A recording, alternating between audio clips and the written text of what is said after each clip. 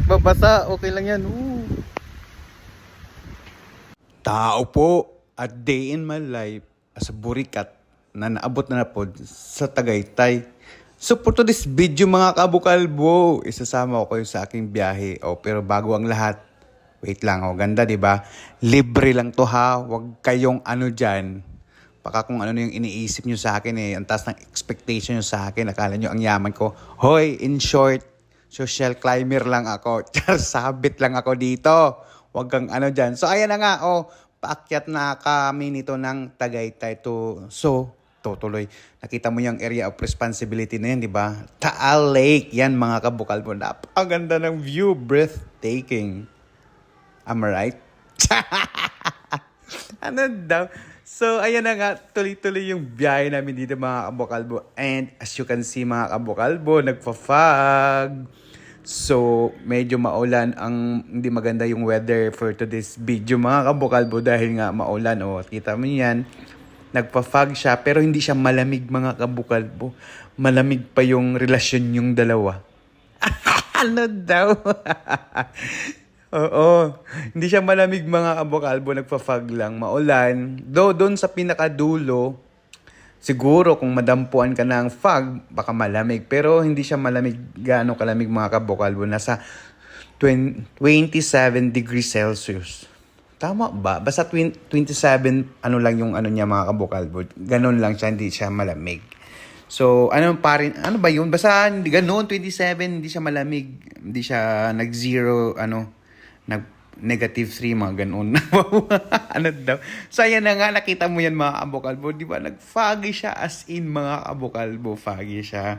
Tapos may konting ulan, drizzle. Drizzle ba ang tawag doon? Yung medyo ambon-ambon lang. Drizzle, yeah, exactly. Ano daw?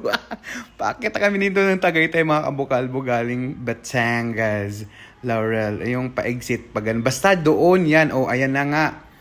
We're here na sa Tagaytay mga kabukalbo. So nakita mo yan, di ba? Foggy talaga siya mga kabukalbo. Talagang, I don't know bakit. Wow.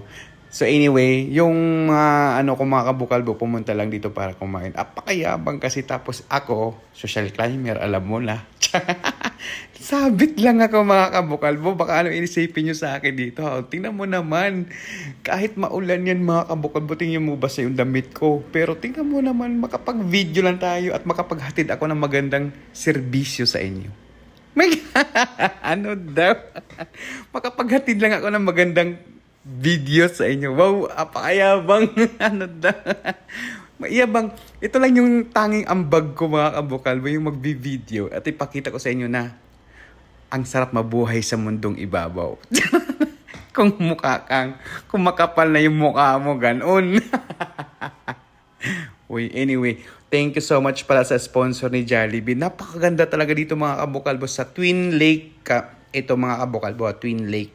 Kasi may kainan doon nasa taas.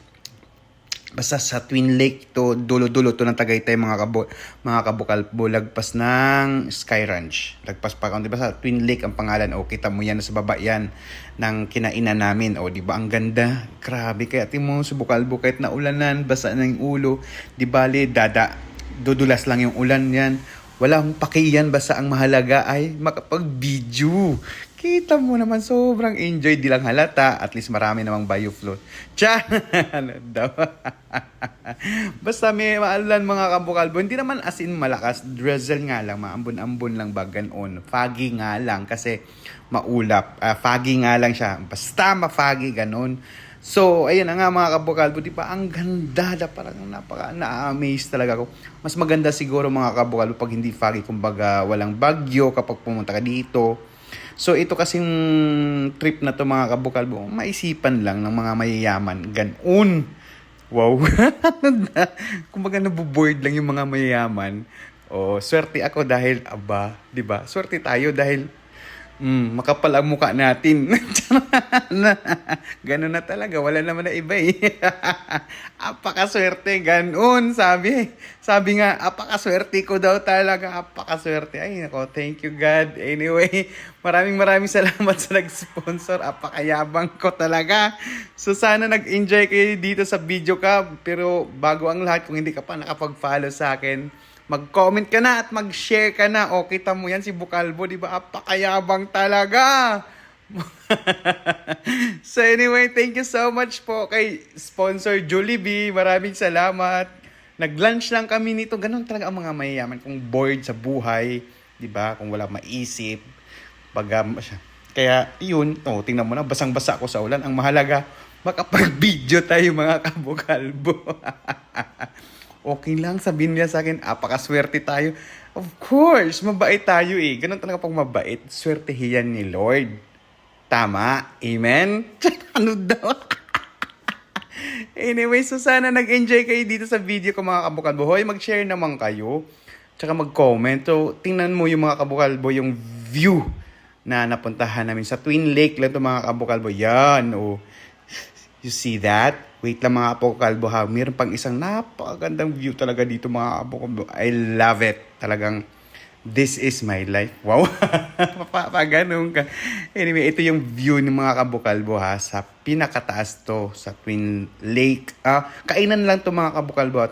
Parang dalawang palapag siya na mga kainan. Basta maganda siguro dito mga kabukalbo kapag hindi ganitong maulan. Kumbaga mainit.